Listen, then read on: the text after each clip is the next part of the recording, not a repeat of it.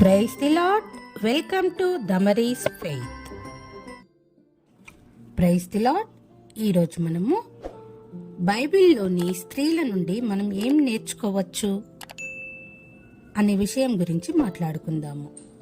బైబిల్లో ఎంతో మంది స్త్రీల గురించి ఉంది. వాళ్ళ నుండి మనం విలువైన పాఠాలు నేర్చుకోవచ్చు. ఈరోజు మనము భర్త చేసిన తప్పును సరిదిద్దిన సుబుద్ధి కలిగిన భార్య అబీగయలు గురించి తెలుసుకుందాము. అబీగయలు ఎవరు? ఆమె నాబాలు భార్య. అతను చాలా ధనవంతుడు, కానీ కఠినుడు. అయితే అబీగయలు వివేచన, వినయం గల స్త్రీ. ఆమె చూడడానికి అందంగా ఉండేది. పైగా యెహోవాకు నచ్చే లక్షణాలు ఆమెలో ఉన్నాయి. మొదటి సమూయేలు 25వ అధ్యాయము 3వ వచనంలో మనము ఈ విషయం చూడగలము. అతని పేరు నాబాలు, అతని భార్య పేరు అబీగయేలు. ఈ స్త్రీ సుబుద్ధి గలదై రూపసియుండెను. అయితే చర్యలను బట్టి చూడగా నాబాలు మోటువాడును దుర్మార్గుడు నయుండెను. అతడు కాలేబు సంతతివాడు. ఆమె ఏం చేసింది? అబీగయలు రాబోతున్న ప్రమాదాన్ని తప్పించడానికి తెలివితో, వివేచనతో చర్య తీసుకుంది. దావీదు ప్రాణాలు కాపాడుకోవడానికి ఎక్కడైతే దాక్కున్నాడో ఆ ప్రాంతంలోనే అబీగయలు, నాబాలు నివసించేవాళ్ళు. దావీదు ఆయన మనుషులు అక్కడ ఉన్నప్పుడు నాబాలుకు చెందిన గొర్రెల్ని దొంగల బారి నుండి కాపాడేవాళ్ళు. కానీ దావీదు మనుషులు ఆహారం అడగడానికి వచ్చినప్పుడు నాబాలు పొగరుగా ఇవ్వను అన్నాడు. దావీదుకు విపరీతమైన కోపం వచ్చింది. దాంతో దావీదు, ఆయన మనుషులు నాబాలును అతని ఇంట్లో ఉన్న మగవాళ్ళందరినీ చంపేయడానికి బయలుదేరారు. తన భర్త ఏం చేశాడో అబీగయలుకు తెలిసినప్పుడు ఆమె వెంటనే చర్య తీసుకుంది. దావీదు కోసం, ఆయన మనుషుల కోసం కొంత ఆహారాన్ని తన సేవకులతో పంపించింది. కరుణ చూపించమని దావీదును వేడుకోవడానికి ఆమె కూడా వెనకాలే వెళ్ళింది. అబీగయలు నుండి మనం ఏం నేర్చుకోవచ్చు? అబీగయలుకు ఎంతో అందం, ఆస్తి ఉన్నా తానే గొప్ప అని ఆమె అనుకోలేదు. శాంతిని కాపాడడం కోసం తాను ఏ తప్పు చేయకపోయినా క్షమాపణ అడిగింది. నాబాలుకు అబీగయలుకు భూమికి ఆకాశానికి ఉన్నంత తేడా ఉంది. ఆమె పేరుకు నా తండ్రి నన్ను చూసి సంతోషిస్తున్నాడు అని అర్థం వస్తుంది. అయితే జ్ఞానవంతుడైన తండ్రి తన కూతురు మంచి మనసున్నదైతే ఇంకా ఎక్కువ సంతోషిస్తాడు. చాలా వరకు అందంగా ఉన్నవాళ్లు బుద్ధి, వివేచన, ధైర్యం, విశ్వాసం వంటి సుగుణాలను అలవర్చుకోవడం ఎందుకు అవసరమో అర్థం చేసుకోరు. అబీగయలు అలా కాదు. బైబిల్ ఆమె సుబుద్ధిని, అందాన్ని పొగుడుతుంది. అబీగయేలు, నాబాలు ఒకరికొకరు సరైన జోడీ కాదు. నాబాలుకు ఆమె కన్నా మంచి భార్య దొరకదు. కానీ అబీగయేలుకు మాత్రం అంతకన్నా చెడ్డ భర్త దొరికే అవకాశం లేదు. అతను చాలా ధనవంతుడు. అందుకేనేమో తాను చాలా ప్రముఖునని అనుకునేవాడు. కానీ అతని గురించి అందరూ ఏమనుకునేవాళ్ళు? బైబిల్ అతని గురించి చెప్పినంత ఘోరంగా మరెవరి గురించి చెప్పడం లేదు. అతని పేరుకు మోటువాడు లేదా మూర్ఖుడు అని అర్థం. అతనికున్న అవలక్షణాల వల్ల అతనికి ఆ పేరు వచ్చిందో మనకు తెలీదు. ఏదేమైనా అతను తన పేరుకు తగ్గట్టే ప్రవర్తించేవాడు. నాబాలు మోటువాడు, దుర్మార్గుడు. అతను చీటికి మాటికి గొడవలు పెట్టుకునేవాడు, పైగా తాగుబోతు. ఏదేమైనా ఇప్పుడు ఆమె నాబాలు భార్య కాబట్టి ఎన్ని కష్టాలొచ్చినా మంచి భార్యగా ఉండాలని నిర్ణయించుకుంది. నాబాలు ఇప్పుడు చేసిన పని వల్ల అబీగయలుకు మరో కష్టం వచ్చి పడింది. అతను దావీదంతటి వాణ్ణి అవమానించాడు. దావీదు యెహోవాకు నమ్మకమైన సేవకుడు. ఆమె మళ్లీ ధైర్యంగా, తెలివిగా వ్యవహరించింది. ఎలాగంటే నాబాలు మత్తు దిగే వరకు, అంటే మరుసటి రోజు వరకు ఆగింది. అప్పుడైతేనే నాబాలు ఆమె చెబుతున్నది అర్థం చేసుకునే స్థితిలో ఉంటాడు అని ఆమెకు తెలుసు. అయినా ఆమె జరిగిందంతా అతనికి చెప్పింది. అతను కోపంతో రెచ్చిపోతాడు అని అనుకుంది. కాని ఆమె చెప్పింది విన్నాక అతను కూర్చున్న చోటే బిగుసుకుపోయాడు. దాదాపు 10 రోజుల తర్వాత అతను చనిపోయాడు. కానీ అతను చనిపోయింది అనారోగ్యం వల్ల మాత్రమే కాదు. ఎందుకంటే యెహోవా నాబాలును మొత్తగా అతడు చనిపోయెను అని బైబిల్ చెప్తుంది. ఆ న్యాయమైన తీర్పు వల్ల పీడకల లాంటి ఆమె వైవాహిక జీవితానికి తెరపడింది. ఈ రోజుల్లో యెహోవా అలా అద్భుతంగా తీర్పు తీర్చకపోయినా నేటి గృహహింసను, వేధింపులను ఆయన గమనించకుండా ఉండడనే హామీని ఆ సంఘటన ఇస్తుంది. ఆయన అనుకున్న సమయంలో తప్పకుండా న్యాయం జరిగేలా చేస్తాడు.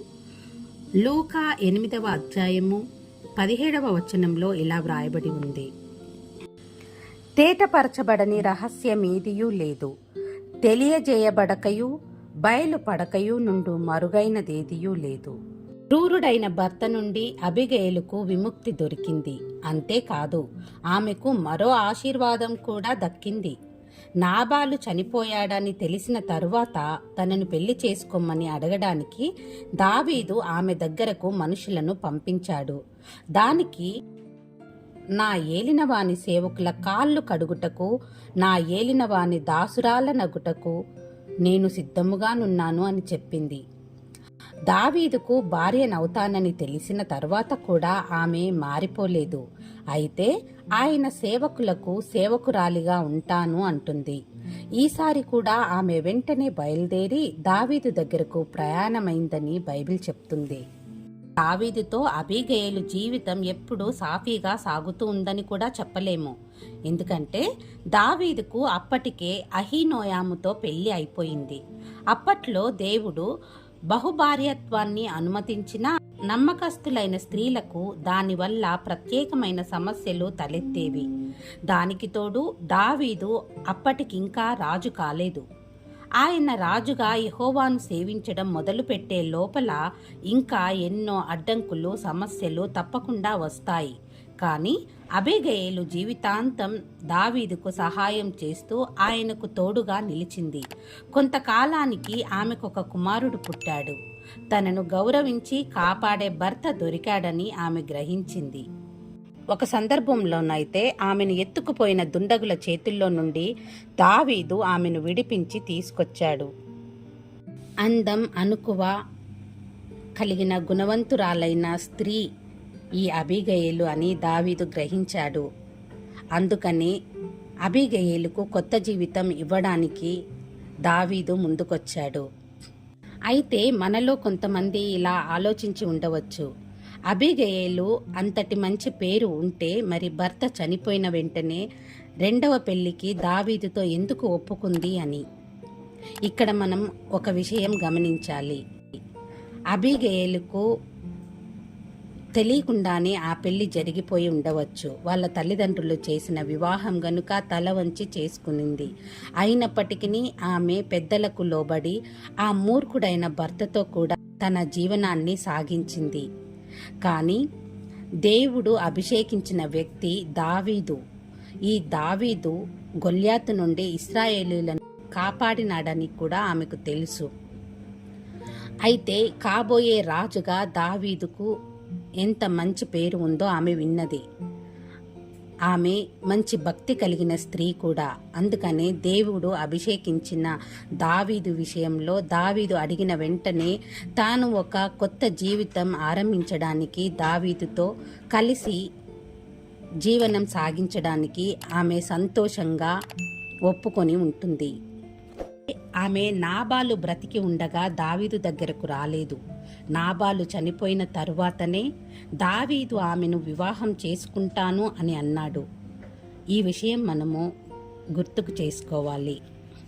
జీవితంలో కూడా కొన్ని మూర్ఖంగా ప్రవర్తించే వ్యక్తులు కానీ, లేదా కొన్ని సమస్యలు, కఠినమైన పరిస్థితుల్లో మనం కొన్ని కష్టాలు అనుభవించి ఎంతో దుఃఖంతో, బాధలో ఉన్నప్పటికీ సరే దేవుడు ఒకానొక సమయంలో నీకు మంచి రోజులు ఇవ్వబోతున్నాడని నీవు శుభ నిరీక్షణ కలిగి ఉండాలి.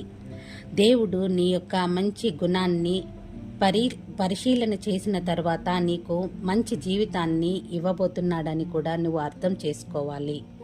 సామెతల గ్రంథము 31వ అధ్యాయము 10వ వచనంలో ఇలా వ్రాయబడి ఉంది: గుణవతి అయిన భార్య దొరుకుట అరుదు, అట్టది ముత్యము కంటే అమూల్యమైనది. అబీగయలులా గుణవంతురాలైన స్త్రీ ముత్యము కంటే అమూల్యమైందని దేవుడే చెప్తున్నాడు. ఒకసారి మనలను మనము పరీక్షించుకోవాలి.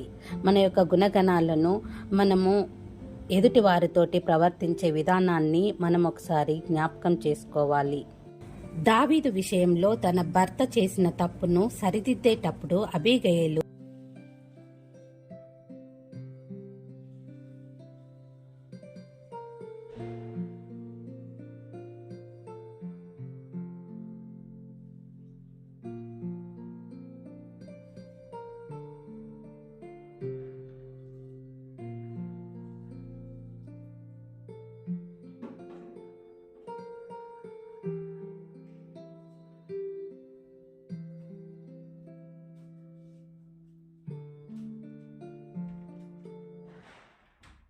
Celebrate with Bhima Shubha Deepavali offers from 16th October to 19th November. Get up to rupees 1,000 off on gold and silver for any purchase of rupees 10,000. Exchange your old gold and get additional rupees 800 for 8 grams. Pay only 90% per carat for diamonds.